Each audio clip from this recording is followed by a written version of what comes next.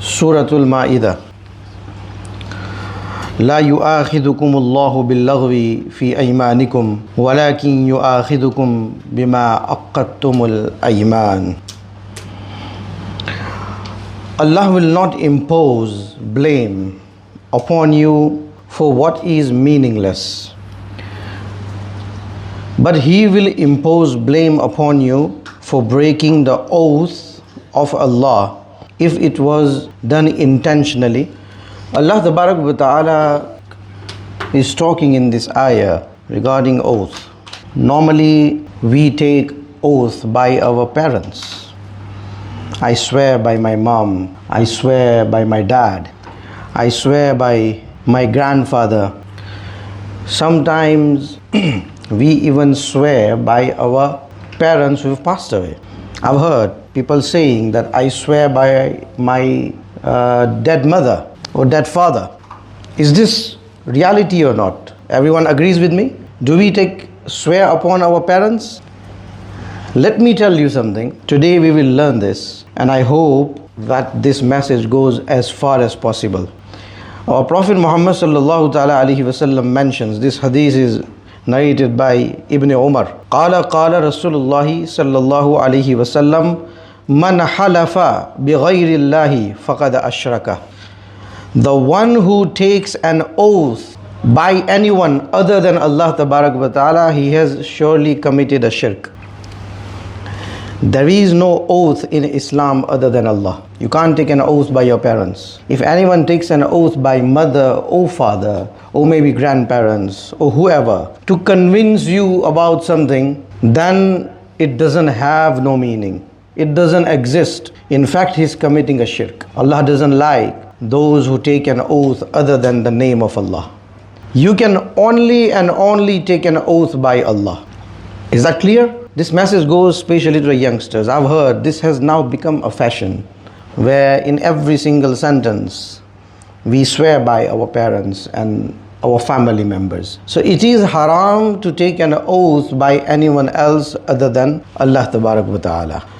So that fact one side. The ayah which I have recited, Allah Ta'ala says that those who have taken my oath by my name, but it was something very meaningless and it was just out of accident, then they will not be accountable for it. But those who have taken my oath by my name purposely and they have broken their oath, then they will have to pay kafara.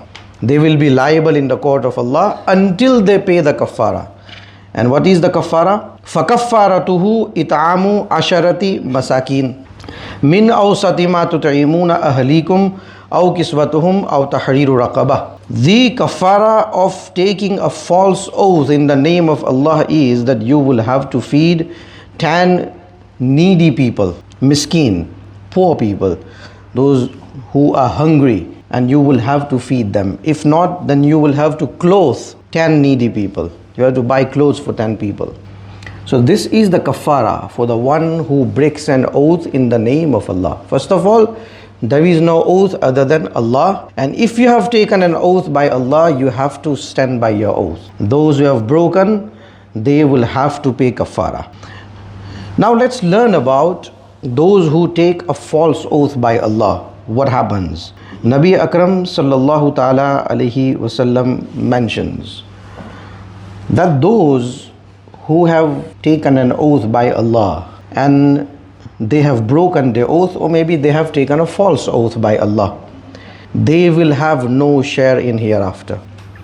Quran says in Surah Al-Imran, indeed those who trade Allah's name and their oaths without any justification and just for their personal gain, they will have no share in hereafter. Allah confirms that. This especially applies, especially if you are in a business. Just to sell your stock, you say, Wallahi, you will never find anything more cheaper than this. Or maybe you're selling something to your friends. Maybe a jacket you bought, but you don't like it anymore. But you want to sell that jacket on a higher price. So just to deceive your friend, what you say? I swear by Allah, you know this jacket is so luxury and so good. You know, it's only 3 made in entire world. Just for you, because you're my friend, I'll sell you for 500 pounds. But in fact, you bought it for 50 pounds. So that's what Allah is talking about. إِنَّ الَّذِينَ يَشْتَرُونَ بِعَهْدِهِمْ بِعَهْدِ اللَّهِ وَأَيْمَانِهِمْ ثَمَنًا قَلِيلًا. Just for some profit and some gain, if they have used the name of Allah to convince someone, they will have no share in hereafter. So 2 facts become clear today from Surah Ma'idah. First of all, there is no oath other than Allah. So any of us taking an oath by any of the relatives or family members, it is an empty oath. It doesn't have any existence. You should not even believe them. And the one who have taken it, they have committed a shirk. They must make tawbah in the court of Allah, and they must renew their iman. And if there is a necessity where you have taken an oath, then stand by your oath. Never break the oath which you have taken in the name of Allah. If you have taken an oath in a position where you have broken an oath, hadith of Rasulullah sallallahu alaihi wasallam says that they have caused or they have declared a war with Allah tabarak wa ta'ala. It's a very serious matter in Sharia. So the fashion and the trend which is going on nowadays of taking an oath by Allah, by the parents, sometimes we take the oath of our dead parents. वो भी बेचारे अपनी कब्र से बोलते होंगे कि भाई मैंने क्या गुनाह किया है. What have I done? Why are you taking my oath for? They are already giving answers to the actions they've committed in this dunya, and you are putting more burden on them. So first of all, it is not allowed. Second, it is haram, and you are only allowed to take an oath in the name of Allah, and even that if it is necessary. And if you have taken it, then stand by your oath. If you have broken it, then what is the kafara? You have to feed 10 miskin, or you have to clothe them. You have to buy clothes for them. So I pray, may Allah tabarak wa ta'ala grant all of us tawfiq and hidayah. Allahumma salli ala Sayyidina Muhammadin wa ala ali Sayyidina Muhammadin wa ashabihi ajma'in. Allahumma rabbana taqabbal minna hadhihi salat al-isha'i wa tarawih ma'a jama'at al-muslimin. Allahumma a'izz al-islam wal muslimin. Allahumma ansur al-muslimina fi Falastin, وفي غزة وفي يمن وفي سودان وفي كل مكان يا رب العالمين. اللهم احفظنا من كل بلاء الدنيا وعذاب الآخرة. اللهم اكفني بحلالك عن حرامك واغنني بفضلك عمن سواك. لا إله إلا أنت سبحانك إني كنت من الظالمين. ولا حول ولا قوة إلا بالله العلي العظيم. وصلى الله تعالى على خير خلق سيدنا محمد وعلى آله وأصحابه أجمعين برحمتك يا أرحم الراحمين.